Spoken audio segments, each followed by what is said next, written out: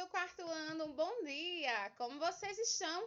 Eu espero que estejam todos bem e que estejam preparados para mais uma aula de língua portuguesa.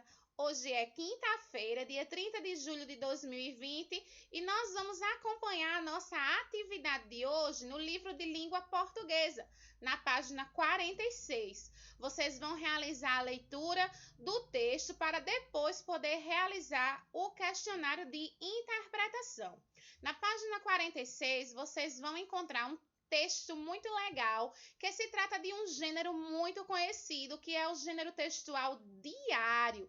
E aí, vocês de casa, quem já teve um diário? Aquele caderno que a gente costuma escrever as nossas histórias, os desabafos, as coisas que nós vivemos no dia a dia e contar de forma pessoal um pouquinho do que nós estamos vivendo e o que nós pensamos sobre algo que nos aconteceu. Então, vocês vão fazer a leitura do texto que está na página 46, inclusive do vocabulário, porque nós vamos fazer algumas atividades relacionadas ao estudo do vocabulário. Então, é importante que vocês conheçam os significados das palavras que estão no texto e que se encontram no vocabulário. Então, atenção, foco na leitura do texto da página 46. Ao terminar, nós vamos para a página 47, realizar o estudo do vocabulário do texto. E no número 1, o livro nos pede para substituir corretamente os trechos destacados por uma palavra do quadro abaixo. Faça as modificações necessárias. Então, pessoal, atenção, vocês aí vão encontrar 3 palavras no quadrinho. A palavra museu, hábitos e guia são palavras que estão no vocabulário do texto. Então, vocês vão ver o significado que o livro nos trouxe na página 46, na página anterior, sobre o significado dessas 3 palavras. E aí vão ver onde é que elas vão se encaixar no número 1 da página 47 e fazer a substituição. Então, a tia fez de exemplo a questão da letra A, certo? Vamos lá conferir. As maneiras usuais de ser das pessoas de antigamente nem sempre permanecem nos dias atuais. Eu quero que vocês verifiquem, pessoal, que na letra A nós temos aí destacado um trecho da frase que diz: as maneiras usuais de ser. Esse trecho, ele está destacado, ele está em negrito, tá? Então, é esse trecho que a gente vai substituir, as maneiras usuais de ser. Então, esse trecho, ele corresponde à palavra hábitos, é o significado da palavra hábitos. Então, a tia já substituiu e a resposta ficou o seguinte: os hábitos das pessoas de antigamente nem sempre permanecem nos dias atuais. Então, eu fiz a troca da parte que estava destacada na frase e troquei pela palavra do quadro, que era hábitos. E segui com a frase, tá? Reescrevi totalmente a frase fazendo as modificações. Vocês vão fazer isso com a letra B e com a letra C, utilizando as outras palavras do quadro que sobrou. Ok? Vamos lá. Ainda na página 47, o número 2 pede para que vocês numerem. Numerar é colocar números. Os quadros abaixo de acordo com a legenda. Então, vocês vão ler o significado dos quadros abaixo, vão ver qual é que se refere à palavra museu e vão colocar o número 1 para museu. E depois vão colocar o número 2 para o significado da palavra hábitos. Gente, essas 2 palavras estão no vocabulário do texto. É só vocês lerem o significado que o livro trouxe. Na página 46 vocês vão encontrar o significado, ok? Então, foco no vocabulário do texto.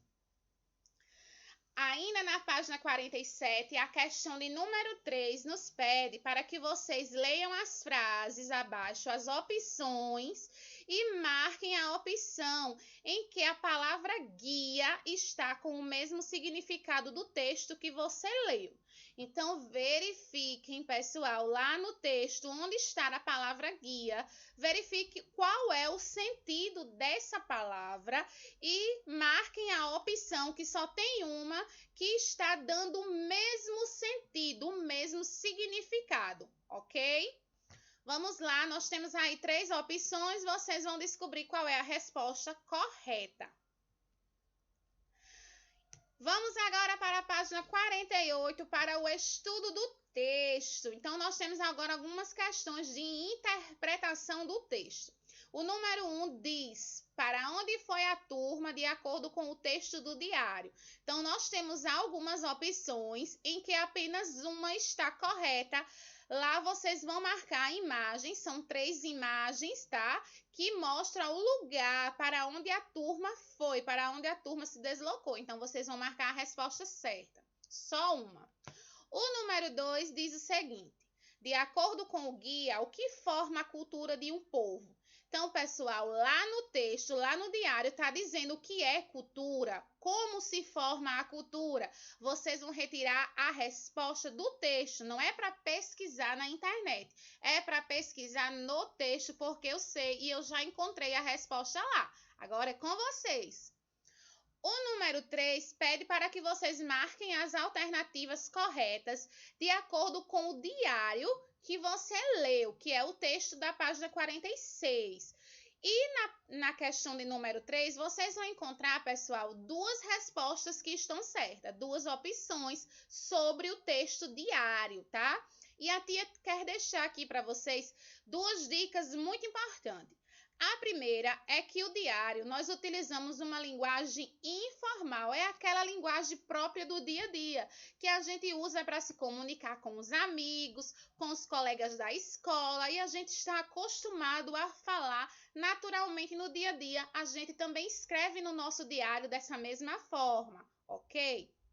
A outra dica que a tia vai deixar para você é que esse tipo de texto ele é utilizado para que a gente possa escrever as nossas memórias. Já falei para vocês, aquele caderno que muitas pessoas gostam até mesmo de colocar um cadeado, fechar com a chave, para ninguém ler os seus segredos, os seus desabafos, as suas experiências. É um caderno pessoal seu. O diário é algo pessoal em que a gente escreve as nossas ideias. Ok? Então, com base nessas 2 dicas, vocês vão conseguir achar as 2 respostas que estão certas.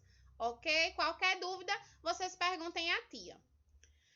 Ainda na página 48, ele nos pergunta, em sua opinião, então a resposta é pessoal, que outros aspectos culturais que vieram do passado existem nos dias de hoje. Então, vocês vão pensar um pouquinho quais são os aspectos culturais, algo que existia no passado, antigamente, na época dos nossos pais e avós, e que ainda existem nos dias de hoje, tá? E depois vocês vão responder quais costumes existem hoje na nossa realidade que não existiam quando os seus pais eram crianças. Então, aí a tia colocou 2 imagens do vídeo que provavelmente os nossos pais, eles não tiveram acesso, os nossos avós não tiveram esse acesso a essa tecnologia quando eles eram crianças. Como, por exemplo, o celular touchscreen, que a gente usa com o toque na tela. E, ao mesmo tempo, o notebook ou o computador portátil, tá? São aspectos, são objetos que a gente usa hoje naturalmente, mas que no passado talvez não fosse tão comum para os nossos pais. Então, vocês podem citar esses aspectos aí na questão de número 4 da página 48. Combinado? E agora eu peço muita atenção de vocês para o nosso novo conteúdo de hoje de língua portuguesa, que são os sinais de pontuação. Quem aí gosta de usar os sinais de pontuação? Muitos alunos não usam e a tia pega no pé para que eles coloquem o ponto final, eles coloquem o ponto de interrogação, a vírgula.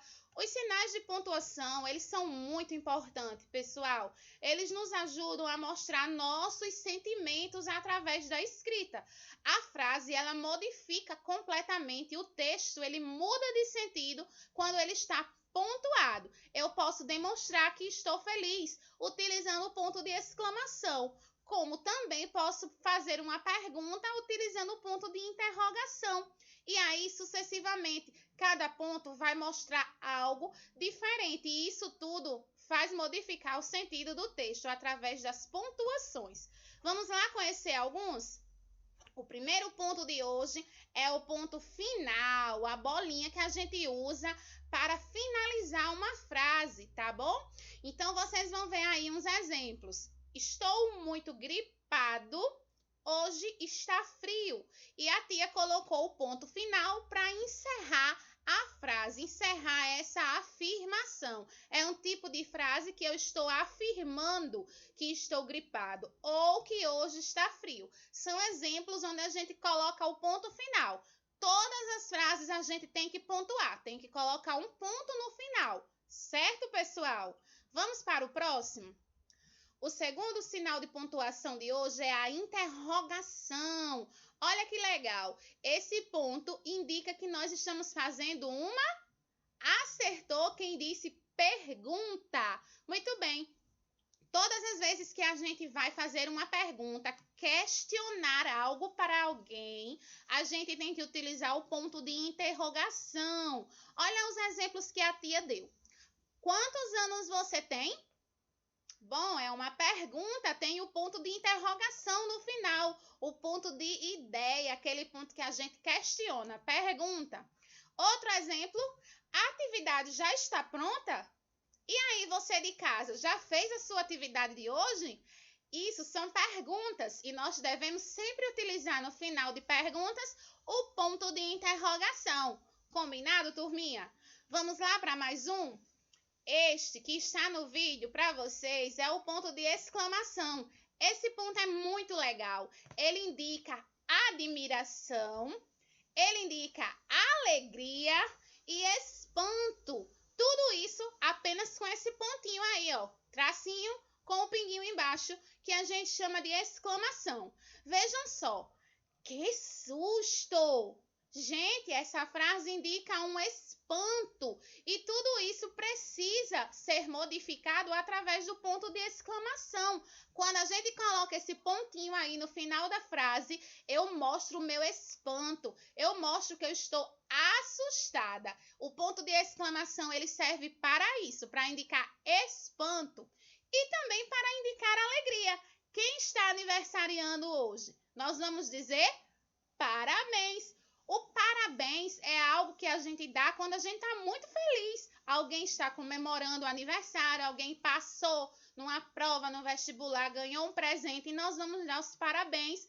Vamos utilizar o ponto de exclamação para mostrar nossa alegria. Ponto de exclamação serve para isso. Combinado? Vamos conhecer mais um, que é a vírgula. Gente, a vírgula, que é esse tracinho aí que a gente usa para indicar uma pausa na leitura. Sempre que a tia pede para os coleguinhas da sala fazerem uma leitura, a gente diz, olha a vírgula. Então, o coleguinha vai fazer uma pausa. Se encontrou a vírgula no texto, tem que dar uma paradinha pequenininha, combinado? A vírgula ela serve para separar alguns elementos, algumas frases, algumas palavras encontradas no texto. Vamos ver o exemplo que a tia deu. Gosto de sorvete de morango, vírgula, chocolate, vírgula, amendoim e flocos. Gente, eu utilizei sim a vírgula para separar os tipos de sorvete que eu gosto. Foram morango, chocolate, amendoim e flocos. Então, para separar esses sabores de sorvete, a tia utilizou a vírgula e também indicou a pausa de vocês na leitura. Quem for ler essa frase vai dar uma paradinha sempre que encontrar a vírgula. Combinado, turminha? Vamos ver mais um? Esse é os dois pontos. Olha que legal. Pontinho em cima, pontinho embaixo. Eles são usados para avisar que um personagem do texto vai falar ou para iniciar uma lista. Isso mesmo, turminha. Quando a mamãe pede para que a gente faça uma lista de ingredientes para a receita, a gente vai usar lá os dois pontinhos antes de começar a dizer quais são os ingredientes que vai utilizar na receita, certo? Os dois pontos eles também servem para isso, como também para indicar que alguém vai falar. Vamos ver o exemplo? De repente, João teve uma ideia. Olha aí os dois pontinhos, ele vai indicar que um personagem vai falar agora. Quem é esse personagem, turminha? Muito bem, é o João. Tá dizendo no próprio texto aí, na frase que a tia deu. De repente, João teve uma ideia. Vamos ver qual foi a ideia de João?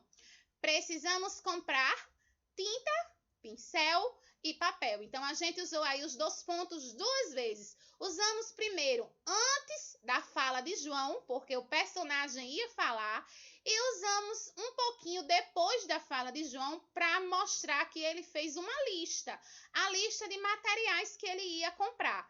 A tinta, o pincel e o papel foram a lista de João. E antes dessa lista, a gente usa os 2 pontos. Certo, turminha?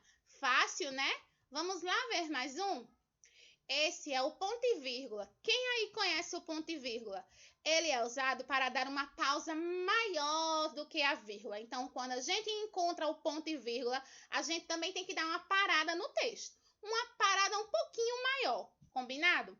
Vamos ver o exemplo que a tia deu? Minha mãe me deu uma calça preta. Ponto e vírgula, turminha. Ao meu irmão, ela deu uma camisa branca. Gente, nós colocamos aí 2 frases. A primeira foi o que mamãe deu a mim. E a segunda foi o que a mamãe deu ao meu irmão. Então, para separar essas 2 frases, para dar uma pausa na leitura, eu utilizo o ponto e a vírgula. Ela é maior do que a vírgula, então a pausa tem que ser um pouquinho maior. Combinado? Super fácil, né, turminha? Vamos lá ver mais um? Esse é o travessão. Gente, muita atenção, vocês não podem confundir o travessão com o hífen, que a gente viu na semana passada. O hífen é um tracinho menor, o travessão é um tracinho maior. Combinado? E para que serve o travessão? Quem aí de casa sabe? Ele indica que alguém vai falar. Muito bem, olha só, eu tenho aí 2 personagens que estão falando, que são os emojis. Tá? O primeiro, ele diz assim: quanto você tirou na prova? E aí o segundo emoji disse: tirei 10, tá? Todas as vezes aí no início dessas frases teve o travessão, porque 2 personagens estavam falando, 2 pessoas. E aí a gente usa o travessão. Poderia ser eu, poderia ser você, poderia ser tia Judite, ou poderia ser algum colega da sala falando, e a gente ia usar o travessão. Combinado, turminha? Atenção, início de frase em que personagens estão falando, nós usamos o travessão. Vamos lá conhecer mais um? Essas são as aspas. Isso mesmo, esses 2 tracinhos que a gente usa em cima de frases, de citações. Alguém falou uma frase e eu vou citar essa frase para vocês agora. A frase que eu vou citar é a frase de efeito, a frase de destaque lá da nossa escola, Educando para Aprender. Essa frase não é da tia Jéssica, essa frase é de alguém que criou lá para dar um destaque à nossa escola. E por isso eu preciso utilizar as aspas. As aspas estão aí para dizer que é uma citação, é uma frase, uma expressão de alguém que está dando um efeito ao nosso desenvolvimento na escola. Combinado? Olha mais uma frase aí. O amor é fogo que arde sem se ver. Essa frase é de um autor muito conhecido chamado Luís Camões, tá? E aí Camões utilizou essa frase, essa citação. Eu acho muito bonita e coloquei ela aí de exemplo entre aspas para mostrar que é uma expressão, uma frase de alguém famoso. Combinado, turminha? Vamos ver mais um? Esse é muito legal, são as reticências, mas os alunos gostam de dizer que são os 3 pontinhos. Isso mesmo, os 3 pontinhos, eles indicam um pensamento não finalizado. As reticências, elas estão aí para indicar que a ideia não terminou, a frase não terminou, ela vai continuar ainda. Pode ser amanhã, depois ou outro dia, quando o autor for escrever algo sobre isso. Vamos ver o exemplo que a tia deu.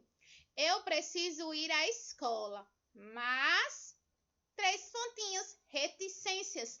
As reticências estão aí porque eu não terminei a história. A minha frase, a minha ideia, o pensamento não foi finalizado. Eu ainda vou continuar. Pode ser que eu continue amanhã. ok? As reticências, elas indicam que a frase vai continuar. O pensamento foi parado, mas uma hora ele vai terminar, ok? E agora a tia colocou aqui 3 exemplos para vocês verem e notarem como é importante os sinais de pontuação. A frase é a mesma, turma, mas vai mudar totalmente a entonação da fala. A nossa voz vai ficar diferente e o significado também. Prestem atenção. Você vai guardar seus brinquedos agora. Essa frase eu utilizei o ponto final. É uma frase afirmativa. Ela está mostrando aí o que a criança deve fazer, que é guardar os brinquedos agora, tá bom? Eu estou afirmando que ela vai fazer isso aí. A segunda frase é a seguinte: você vai guardar seus brinquedos agora? Olha só, gente, como mudou totalmente a entonação da minha voz. Eu estou fazendo agora uma pergunta para a criança. Estou querendo saber se ela pode guardar os brinquedos agora. É uma pergunta devida ao ponto de interrogação, turminha. Esse ponto que está aí no final da segunda frase é o ponto de interrogação. Indica que está usando uma pergunta. Vamos ver a terceira frase? Você vai guardar seus brinquedos agora. Gente, eu agora utilizei o ponto de exclamação. Ele está dando aí uma ordem. Eu estou sendo mais séria. Eu estou dando uma ordem para a criança. Então, os pontos, ele modifica o sinal da frase. Eles mudam a entonação. O significado da frase fica diferente, ok? Vamos agora fazer os nossos exercícios. Na página 50, vocês vão pontuar corretamente o texto abaixo que está no número 1, utilizando os pontinhos que a tia apresentou para vocês. A vírgula, o ponto de exclamação, os 2 pontos, o travessão, ponto de interrogação e ponto final. São os pontinhos que vocês vão utilizar no número 1. Combinado, turminha? Leiam o texto com atenção e coloquem os pontos corretamente. O número 2, vocês vão colocar apenas a vírgula, bem certinho. Vocês se lembram da vírgula? Aquele tracinho que a gente usa para separar as palavras e as frases no texto. Então, na letra A, a tia já fez aí de exemplo para vocês. Vamos ver? Rio de Janeiro, vírgula, 13 de dezembro de 2007. Gente, a tia botou a vírgula depois do nome Rio de Janeiro, porque é obrigatório a gente colocar depois do nome da cidade e antes da data, a vírgula. Quando a gente faz o cabeçalho lá na escola, que a gente coloca o nome da nossa cidade, Guarabira, vírgula, e colocamos a data do dia, não é assim? É obrigatório usar a vírgula depois do nome da cidade, ok? Na letra B, diz o seguinte: Marcelo gosta de futebol, vírgula, natação e judô. Ponto final, já está lá no texto. Vocês vão usar apenas a vírgula aí depois de futebol. Marcelo gosta de futebol, vírgula, natação e judô. Eu separei aí a palavra futebol de natação com a vírgula, tá, turminha? São 2 coisas que Marcelo vai fazer. Aliás, são 3 coisas, mas apenas 2 a gente vai separar por vírgula. Judô não precisa porque já tem o i. Então, o i não precisa da vírgula, combinado? A letra C e a letra D e E vocês vão fazer sozinhos e mandar a foto para a tia Jéssica. Na página 50, no número 3, ele pede para vocês utilizarem a tirinha e responderem o seguinte. No primeiro quadro da tirinha que está no número 3, quais são as frases que deixam perceber uma pausa no pensamento? Gente, olha só, atenção. As frases que indicam que o personagem não terminou a fala, que ele ainda vai continuar, tá? Então, vocês vão retirar aí as frases que são aquelas em que estão as reticências, os 3 pontinhos. Combinado, turminha? Então, vocês vão retirar as frases e vão colocar as reticências e vão dizer que o sinal utilizado para indicar a pausa do pensamento do personagem foram as reticências, os 3 pontinhos. Na página 50, na letra B, ele nos pergunta: Ainda no primeiro quadrinho, o que aconteceria na primeira frase caso o ponto de interrogação fosse substituído pelo ponto final? Gente, muito simples. O ponto de interrogação, ele diz que a frase é uma pergunta. Se a gente tirar o ponto de interrogação e colocar o ponto final, o sentido da frase vai mudar. Vai deixar de ser pergunta para ser uma frase afirmativa, para ser uma afirmação. Beleza, turma? No número C, aliás, na letra C, tá? Do número 3 ainda. No segundo quadrinho, o uso do ponto de exclamação teve o objetivo de mostrar. Gente, vocês vão encontrar algumas opções na letra C.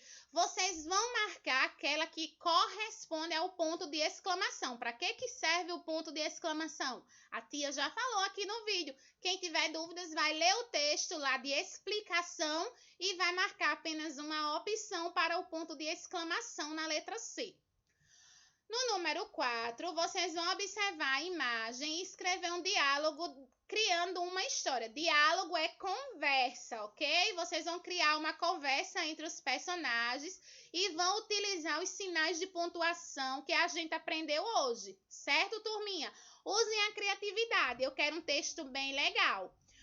Muito obrigada por vocês assistirem ao vídeo até o final. Eu estou muito orgulhosa de vocês que estão seguindo aí com as aulas firmes e fortes. Um beijo grande e até a próxima!